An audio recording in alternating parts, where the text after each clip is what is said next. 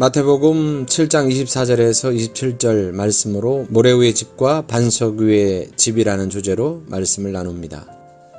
지금 우리는 산상수훈의 결론 부분을 공부하고 있습니다. 넓은 길이 아니라 좁은 길을 선택해라. 가짜 신앙이 아니라 진짜 신앙을 선택하라. 오늘 말씀은 모래 위가 아니라 반석 위에 집을 짓는 신앙의 삶을 선택하라는 말씀입니다. 모래 위의 집이든 반석 위의 집이든 평소에는 별 문제가 없어 보입니다. 그러나 비가 오고 폭풍이 몰아치고 홍수가 나면 문제는 달라집니다. 모래 위의 집은 무너짐이 심하고 반석 위의 집은 견고히 서 있는 것입니다. 모두가 교회를 다니는 그리스도인들처럼 보입니다. 평소에는 차이가 없어 보입니다. 그러나 환난과 시험이라는 폭풍과 비바람이 몰아치면 모래 위에 세운 집처럼 무너지는 신앙이 있고 반석 위에 세운 집처럼 견고한 신앙이 있는 것입니다. 뭐가 흔들리는 모래 같은 기초일까요? 세 가지로 말씀을 잠시 드리면 감정 위에 세워진 신앙이 그 첫 번째입니다. 감정 위에 기초를 놓고 신앙생활을 하면 감정 기분에 따라 신앙이 왔다 갔다 합니다. 기분 좋을 때는 다 할 것 같아요. 그런데 감정이 뒤틀리면 다 흔들리는 것입니다. 인간의 감정은 너무 유동적입니다. 모래같이 움직이는 것입니다. 그러므로 감정 위에 신앙의 기초를 세우면 안 됩니다. 두 번째는 이성 위에 세워진 신앙이 위험한 흔들리는 모래 위에 세운 신앙일 것입니다. 우리가 알면 얼마나 알겠습니까? 우리의 지식이 얼마나 대단하겠습니까? 얄팍한 지식으로 하나님을 판단할 수가 있겠습니까? 인류가 만들어 놓은 문화와 기술과 문명이 대단하다 한들 그것이 어떻게 하나님의 크기에 미칠 수 있겠습니까? 세포 하나도 온전히 연구하지 못한 인간입니다. 우주의 크기를 아직도 우리는 알 수가 없습니다. 이제까지 발견한 우주의 크기는 트릴리언 라이디어스랍니다. 1조 광년이랍니다. 1조 광년의 우주를 알고 있는 것만도 대단하지만 여러분, 우주는 하나님이 태초의 말씀으로 창조한 것 아닙니까? 우리가 우리의 작은 머리로 하나님을 판단할 수 없습니다. 이성은 하나님께로 가는 좋은 도구일 수 있지만 이성이 신앙의 기초여서는 안 된다는 사실입니다. 세 번째는 경험 위에 세워진 신앙도 위험합니다. 물론 경험, 체험은 중요합니다. 오랫동안 신앙생활을 했음에도 불구하고 하나님을 경험하지 못했다. 불행일 수 있는 것입니다. 그런데 경험하면 오케이고 경험하지 못하면 노케이냐? 그렇지 않습니다. 여러분, 인간의 경험이라는 것도 얼마나 유한합니까? 우리의 경험의 한계에 하나님을 집어넣을 수 없습니다. 경험의 틀 안에서 하나님을 인식할 수밖에 없는 존재인 그것을 인지하고 겸손히 받아들여야 될 줄 압니다. 경험하지 못한 것을 믿을 수 없다? 그런 자세는 옳지 못한 자세인 것입니다. 그렇습니다. 이 모든 게 모래 위에 세운 신앙인 것입니다. 그러면 뭐가 안 흔들리는 반석 같은 기초일까요? 우리가 잘 알듯이 하나님의 말씀입니다. 하나님의 말씀, 예수 그리스도, 반석 대신 예수 그리스도 위에 신앙의 기초를, 신앙의 건물을 지어야 되는 것입니다. 성경 말씀합니다. 모든 육체는 풀이요 육체의 영광은 풀의 꽃과 같으니 풀은 마르고 꽃은 떨어지나 하나님의 말씀은 세세토록 있도다.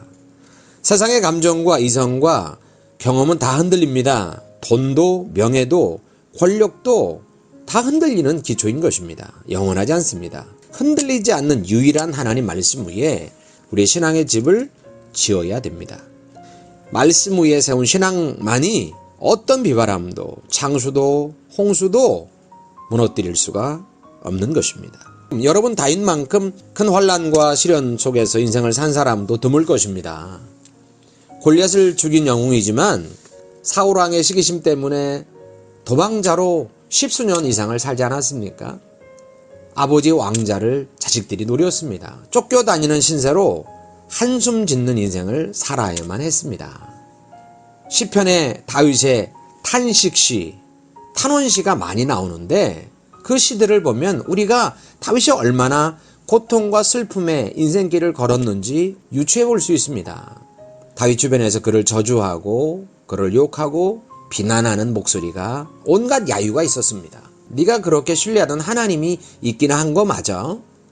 그러나 다윗은 흔들리지 않았어요. 시편 1편 말씀을 보면 주야로 여호와의 말씀을 묵상하는 다윗의 신실함을 우리는 엿봅니다. 시편 57편에 보면 새벽까지 하나님의 말씀을 붙들고 밤새 주의 말씀 앞에 씨름하는 그를 우리는 발견합니다. 어떻게 그런 일이 가능했을까요?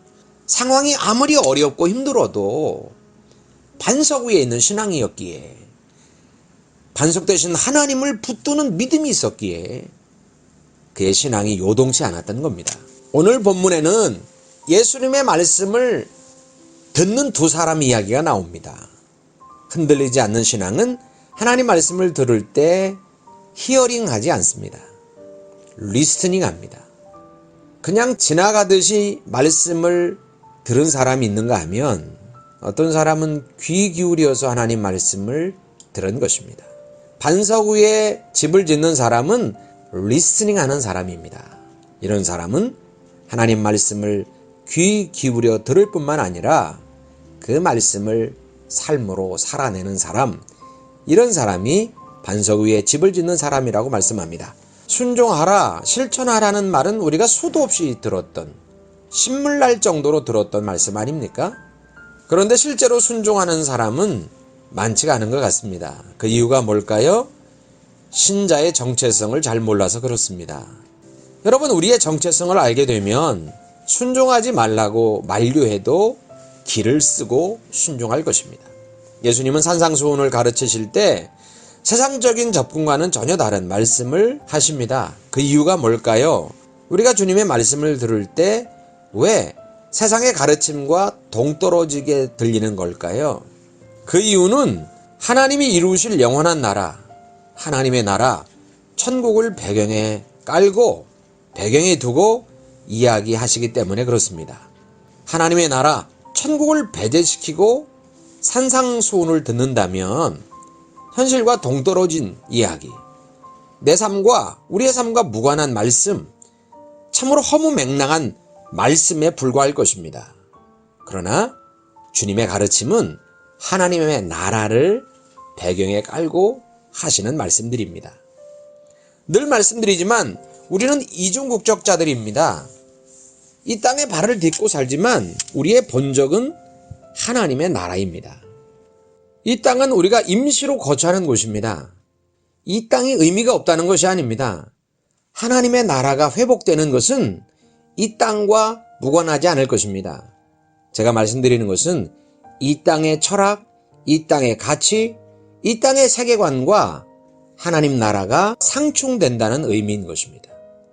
그런 의미에서 이 땅입니다. 이 땅은 우리가 임시로 거주하는 곳입니다. 성경은 신자를 나그네로 명명합니다. 영어 성경에 보면 나그네라는 표현을 소저너라고 말합니다. 소저너, 일시 체류자, 임시로 체류하는 사람을 말합니다. 잠시 거류하는 거류민을 말하는 것입니다. 우리가 여행할 때 잠시 머물지 않습니까? 여행하는 곳에 집을 사놓고 거기에서 천년 만년 살 것처럼 물건을 사다 놓고 축적하고 그렇게 여행하는 사람은 없습니다. 우리는 이 땅에서 잘 돼서 목에 힘주고 으스대고 존재감을 누리기 위해서 살아갈 존재가 아닙니다. 그건 하나님이 없는 사람들이 그렇게 살아가는 겁니다.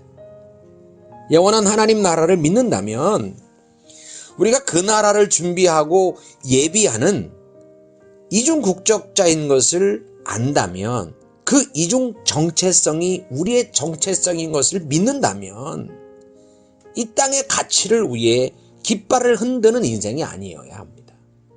그런 인생이 아니어야 합니다. 하나님이 부르신 부름의 가치를 붙들고 성령이 가르치고 요청하는 말씀의 방향 위에, 말씀의 반석 위에 신앙의 건물을, 인생의 건물을 지어야 합니다. 마땅히 순종의 삶을 기쁨으로 살아야 하는 것입니다. 할렐루야. 하나님 나라 임하소서.